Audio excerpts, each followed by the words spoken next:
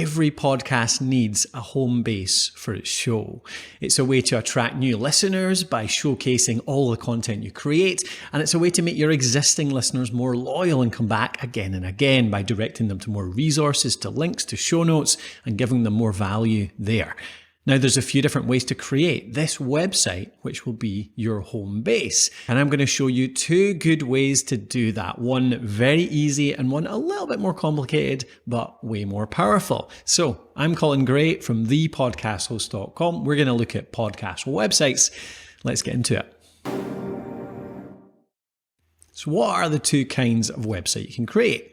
Well, one is really powerful, a bit more complicated to create, and the other is much simpler and much easier, but a bit more restricted. So what are they? The first one is a website you create yourself. This might exist already. You might already have a company website, a personal brand website, whatever that might be, hosted on something like WordPress, one of the most powerful platforms out there, most popular platforms out there. Or maybe it's Wix or Squarespace, something like that. Or you use your podcast hosting website. Any good podcast hosting platform provides you a website for your podcast. This is the other end of the scale. Easier, simpler, free, but much more restricted. So let's have a wee quick look at that. First, let's take a look at how the podcast hosting option works. This is an example of a website hosted by your podcast host platform. This is on Alitu. So Alitu is a podcast maker app, but it includes hosting and it has websites built in. Now, this is what they look like. So you do see, you get a bit of branding. We've got our artwork there. We've got our title, description of the show. You get to include links, subscription links to the common platform. So that's really important too. And then it shows a list of all the most recent episodes. Each episode gets a brief box here, so you can kind of preview it, you can look through the catalogue, but equally every one has its own page as well. So this does work really well for search and SEO too, because every episode has its own page, and you can SEO that with the title and the content. And Alitu is actually just releasing, just this week or next, more control over this content. So right now it's just plain text, but there'll be an HTML editor built in very soon, which means you can format this really well. So it just looks like a standard blog post with formatting paragraphs, headers, and links. So you'll be able to create really nice pages for each one. So you see that it is relatively simple, but the trade-off, of course, is how easy it is. This is created automatically by the platform, and it's updated every time you post a new episode. That episode appears here in the list. You don't have to do anything. So how does that work in the background? What kind of other settings do we get? Well, if we go into the settings here, you see that in the podcast website area, essentially when you set up the hosting within Alitu, and this will be the same with any podcast hosting platform, you essentially choose to turn on the website. You set the web address. So we've got podcraft.alitu.com. You can have anything there, mypodcast.alitu.com, which will be your web address for the podcast. And then you've got a few different settings. We've got the subscription links. We've got some social links, Facebook, Twitter, Instagram, and we can link out to another website as well. So if you have another brand website, company website, even merch or a Patreon site, you can link to that from this website header as well. So not too many options, relatively simple, but easy to run, very easy to run, free because it's included in your podcast hosting platform. That is a guide to the podcast hosting platform type of website that you can use as the home base for your show. Now, what if you want to create your own website or you want to embed your podcast into a site you already run? Well, let's have a look at that quickly now. So this is our WordPress website. If you've seen our content before, you'll know this is on thepodcasthost.com. This is where our blog is, all our written articles are around podcasting. And we have Podcraft, our main podcast, built right into this site. In our case, we have this built into a category within our WordPress site. So we have categories for all our blog posts, for our videos, that kind of stuff. And for our podcast, Podcraft, we have simply a podcast category. And then all of the posts for the podcast go into that category. And it makes it really easy to sort of separate that out or to send people to a list of all the episodes. So that's what we've got here. This page is actually the category archive page. Now, we've spent a fair bit of time and a bit of money on customizing this to make it really work for us. But even the default WordPress settings for a category archive page work really well. So we have a bit of artwork to donate the latest season. We've got the title, the description, and we've got a nice start with these articles post here.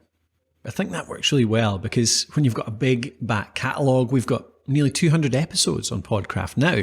You want to be able to guide people to those kind of keystone episodes, good places to start, guide them through all of that content you've created. So that's what we've done here. These are 3 really good starting points. And you need your own site really to be able to build that kind of thing in custom for you.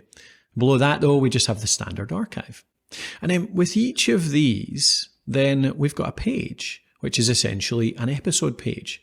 We actually group together episodes on some pages because we do seasons. But in your case, you might want to just create one blog post on WordPress per episode. You'll create all the text, you'll put in resources. It'll be nothing much more than a standard blog post, but with a few podcast specific sections like resources mentioned, people mentioned, maybe a set of time codes that guide people through the sections of the show. And then you'll embed the player right into the page. And that is really what turns it from a standard blog post into a podcast episode. I'm going to create a sharp video showing exactly how to embed players into WordPress websites or elsewhere, but it's really easy from Alitu. All you do is go to that episode page in Alitu, go down here, click embed this episode, and you can take that little bit of code, copy that code, and that just goes straight into that WordPress post. There's an HTML block in WordPress that you can paste that HTML into. And again, I'm going to create a little video just to guide you through that exactly. Just have a look at the description. You'll find a link to it there. I might get a wee card up on the screen right now too that'll take you towards it. But that's the idea. The real benefit of this is that customization. Like I said, there's so much more branding in here. We've got a lot more power over how the pages work, how we can guide people through the podcast, how we can have little, extra ways to give our listeners value. So we've got a podcast planner here. Get your personalized plan that can guide people towards, listeners towards. So if people come and look at our show notes, we can actually give them tools that help them become better at podcasting, which hopefully grows loyalty, which hopefully grows our audience. Or you've got email opt-ins or selling merchandise or any kind of e-commerce stuff. So there's lots more power that you can have if you run your own website or build your podcast into an existing website. The trade-off though, just to reiterate, it is more work. There's a bit more maintenance. They're not hard to run, these websites. Tools are really good these days to run a website, but it's certainly a bit more setup, and you do have to create the episode pages individually a little bit more, just a little bit more time involved in that. But again, you get a lot more power in exchange. So that was my guide to podcast websites, how to make a home base for your podcast. Again, just to reiterate, you've got the podcast hosting platforms.